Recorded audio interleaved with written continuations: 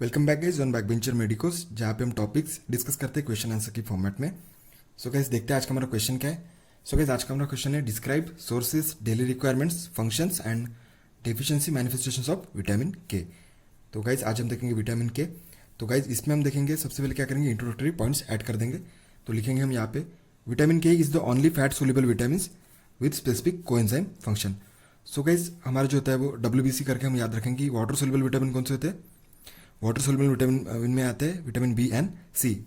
और जो fat soluble कौन कौन से होते हैं, ए, विटामिन डी, AD, E और के। ये जो है ये फैट सोल्यूबल विटामिन होते हैं। वाटर सोल्यूबल विटामिन में आते हैं विटामिन बी एंड सी, और फैट सोल्यूबल विटामिन में आते हैं AD, E के।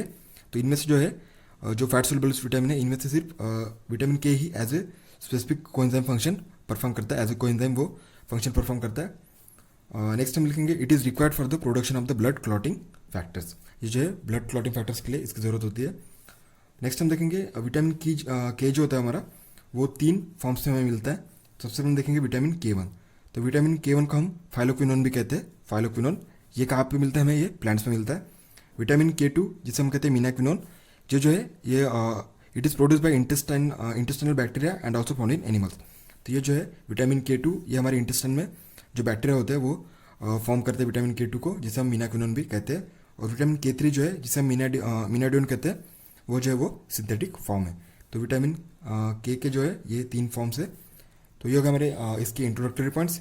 नेक्स्ट हम देखेंगे डाइटरी सोर्सेज। तो डाइटरी सोर्सेज में हम देखेंगे तो गुड सोर्सेज में आता है कैबेज, कॉलीफ्लावर, टोमेटोज, स्पिनच और बाकी के ग्रीन वेजिटेबल्स गुड सोर्सेज में आते हैं। एग योक, मीट, लीवर, चीज़ और डेयरी प्रोडक्ट्स जो होते हैं वो भी विटामिन के डाइटरी सोर्सेज होते हैं।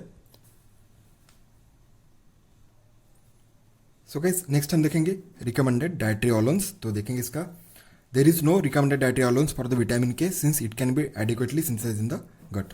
तो हमने पहले भी ये पॉइंट मेंशन किया था कि जो हमारे इंटेस्टाइन में जो बैक्टीरिया होते हैं वो विटामिन के को सिंथेसाइज करते हैं। तो इसके लिए इसकी वजह से क्या होता है, विटामिन के लिए कोई हम एज ए डाइटरी रिक्वायरमेंट करके, मतलब एज ए सप्लीमेंट विटामिन के को हम प्रिस्क्राइब नहीं करते।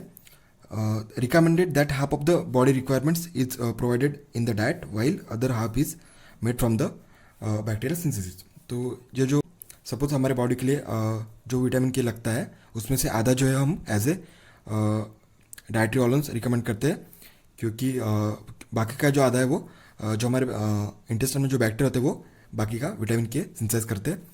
तो देखते हैं the suggested recommended dietary allowance is 70 to 100 microgram per day. तो इसका रिकमेंडेड डाइटरी ऑलोन्स कितना है, 70 to 100 माइक्रोग्राम पर डे।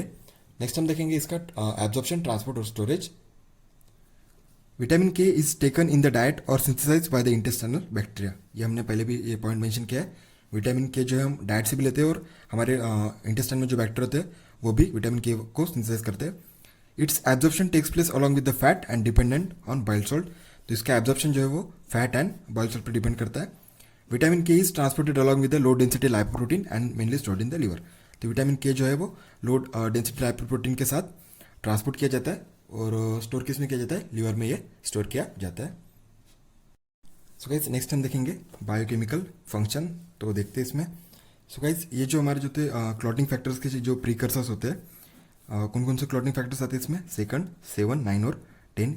ये जो इनके प्रीकर्सर जो है वो लिवर में फॉर्म होते हैं। और विटामिन के एज ए कोएंजाइम परफॉर्म करता है किसमें, carboxylation of the glutamate to gamma carboxy glutamate के में कन्वर्शन में।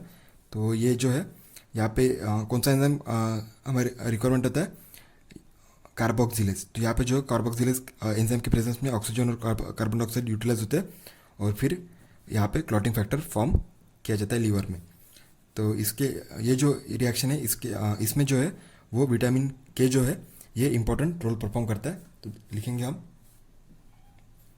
क्लॉटिंग फैक्टर 2, 7, 9 और 10 are synthesize as inactive precursors in liver. Vitamin K act as a coenzyme for carboxylation of the glutamic acid. तो यहाँ पे जो विटामिन के जो है एज ए कोएंजाइम एक्ट करता है किसमें, कार्बोक्सिलेशन ऑफ ग्लूटामिक एसिड में। The reaction is catalysed by carboxylase. यहाँ पे हम देख सकते हैं जो रिएक्शन जो है वो कौन सा एंजाइम करता है यहाँ पे, कार्बोक्सिलेज।